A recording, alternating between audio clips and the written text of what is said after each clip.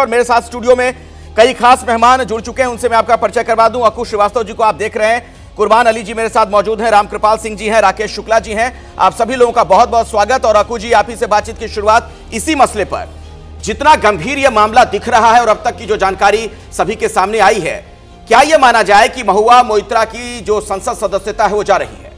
बिल्कुल सही है। महुआ मोइत्रा तो गयो वाली अंदाज में स्थिति में चल रहा है, क्योंकि जिस तरीके से टीएमसी के सांसद जो 23-24 इस समय वो हंगामा कर रहे हैं, कांग्रेस वाले भी उनके साथ में हैं, और बाकी जो हालात हुए हैं, क्योंकि 2005 का भी अगर आप मामला देखेंगे तो उसमें भी इतनी तेज़ी नहीं हुई थी। यहाँ 50-55 दिनों में ये सब प्रक्रिया हुई, काम हुआ, और उसके बाद जो लगातार आरोप प्रत्यारोप का सिलसिला चल रहा है, विपक्षी सांसदों को जो खबरें मिल रही हैं, जो एटीट्यूड रहा है समिति का, एथिक्स कमेटी का, उससे साफ लग रहा है कि महुआ मोइत्रा का अब लोकसभा में रहना शायद मुश्किल होगा।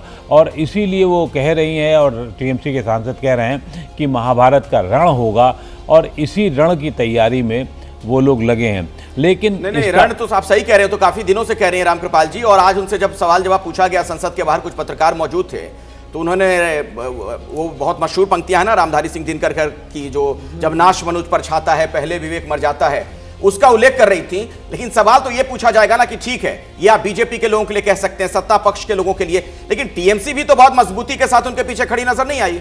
सुनवा देते हैं दर्शकों को महुआ मोइत्रा ने क्या कहा आज। क्या लग रहा है आपको? खुशी लग रही है कि एकदम होगा।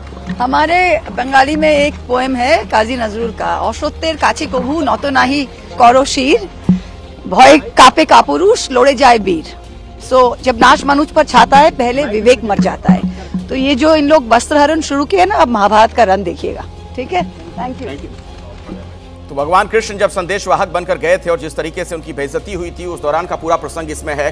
जब नाश मनुज पर छाता है पहले विवेक मर जाता है, हरि ने भीषण हुंकार किया, अपना स्वरूप विस्तार किया, डगमग डगमग दिग्गज डोले, भगवान कुपित होकर बोले। तो ये जो चीजें नजर आ रही हैं, जो पंक्तियों के माध्यम से रामकृपाल जी कहना चाह रही हैं, यही स्थिति है क्या, वस्तुस्थिति है क्या? अखिलेश जी, देखिए जो तथ्य हैं, मैं हमेशा एक बात कहता हूं कि जो फैक्ट्स उभर के आ रहे हैं वो अपने आप में सब कुछ बयान करते हैं। 2005 में जिस चैनल ने ये सब उजागर किया था, मैं उसी चैनल में था, और सब कुछ, वो मामला बहुत छोटा सा था, इतना बड़ा नहीं था। हालांकि 11 सांसद उसमें हुए थे, लेकिन बात इतनी थी कि पैसा लेकर सवाल पूछा गया था। पैसा हो या सुविधा हो, आईपीसी की धारा में अगर 420 है तो उसके लिए नहीं है कि आप 10 रुपया गबन किए हैं या 10 करोड़ गबन किए हैं। सवाल इस बात का है, जो तथ्य हैं, जैसा आपके संवाददाता ने खुद अभी बताया था, वो देखिए वो बहुत गंभीर हैं। और ये सब जो बात अभी जितने भी तथ्य आए हैं, तो वो तो उसमें तो कोई विचार नहीं है ना, कोई चीज़। जब फैक्ट्स है, अगर वो पार्लियामेंट के नियमों, कानूनों, इथिक्स, परंपरा इसके खिलाफ है, तो चूंकि ऐसा एक बार ज्वाइंट सेशन बुला करके 11 को निकाला गया था, चूंकि उसमें राज्यसभा के भी थे, लोकसभा के भी थे जी।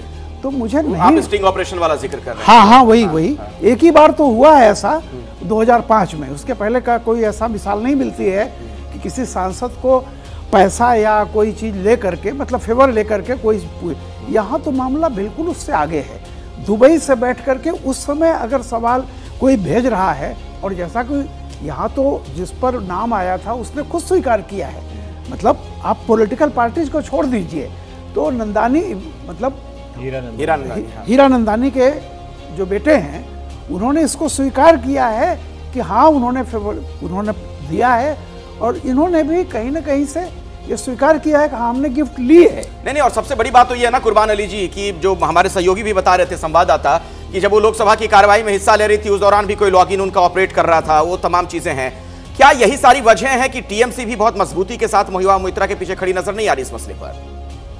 अगर नहीं नजर आती तो उनके सांसद उसके पक्ष में हंगामा नहीं कर रहे होते। नहीं, हंगामा कर रहे हैं सर, लेकिन जिस तरीके की एक आक्रामकता होनी चाहिए थी, जिस मजबूती के साथ खड़ा होना चाहिए था, वो चीज मिसिंग है। मेरा ये मानना है कि अगर महुआ मोइत्रा ने कोई गलत काम किया है तो उसे सज़ा ज़रूर दी जाए, लेकिन जो सज़ा का तरीक़ा है, क्या ये एथिक्स कमेटी के दायरे में आता है? और अगर नहीं आता तो प्रिविलेज कमेटी में क्यों नहीं गया ये मामला। दूसरी चीज़ मैं ये कह रहा हूँ कि it's a foregone conclusion. Akku Srivastava साहब ने बहुत माइल्ड लफ्ज़ इस्तेमाल किया कि शायद उनकी सदस्यता चली जाए। मैं तो पूरी तरह से कॉन्फिडेंट हूँ कि वो सदस्यता जाएगी, क्योंकि जिस तरह से माहौल बनाया गया, और आज तक किसी पार्लियामेंट्री कमेटी की कभी भी प्रेस में रिपोर्टिंग नहीं हुई है।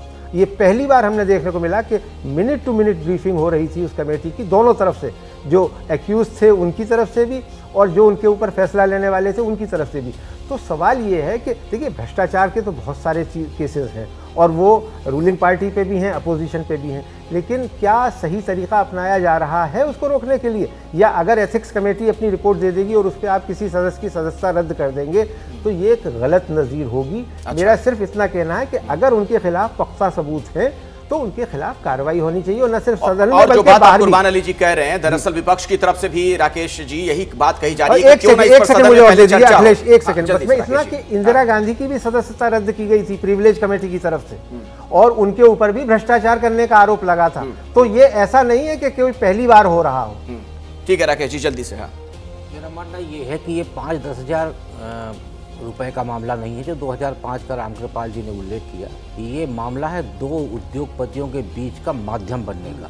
तो हीरानंदानी जी और अडानी जी के बीच की जो प्रतिद्वंद्विता है उसके लिए महुआ मोइत्रा जी बीच में फंस गई, और बीच में फंसने के कारण ही ये स्थितियों में पहुंची है। अब निशिकांत दुबे जी ने जो फैक्ट प्रस्तुत किया है उसके बाद महुआ मोइत्रा जी ने भी स्वीकार किया है कि हाँ, उनका मेल उपयोग हुआ है और उसको कोई दूसरा भी खोला है। अब विनोद सोनकर कमेटी की तरफ से जो आज रिपोर्ट पेश की गई है, जिस तरीके के अभी संकेत मिले हैं, तो अक्कू जी ने जो कहा उससे हमें लगता है कि प्रथम दृष्टा महुआ मोइत्रा जी की सदस्यता उनको अयोग्य घोषित करने। ठीक है, मैं इस पर आगे फिर बात करूंगा। अभी की बड़ी खबर पर लगातार हमारी नजर बनी हुई है और आपको बता दें, महुआ मोइत्रा की संसद सदस्यता जा सकती है, इस तरीके के संकेत हैं। लोकसभा की कार्यवाही एक बार फिर से दोपहर 2 बजे शुरू होगी, तब क्या होगा यह देखना बड़ा अहम होगा। हल्ला हंगामा जबरदस्त हो रहा था, ऐसे में लोकसभा की कार्यवाही स्थगित कर दी गई।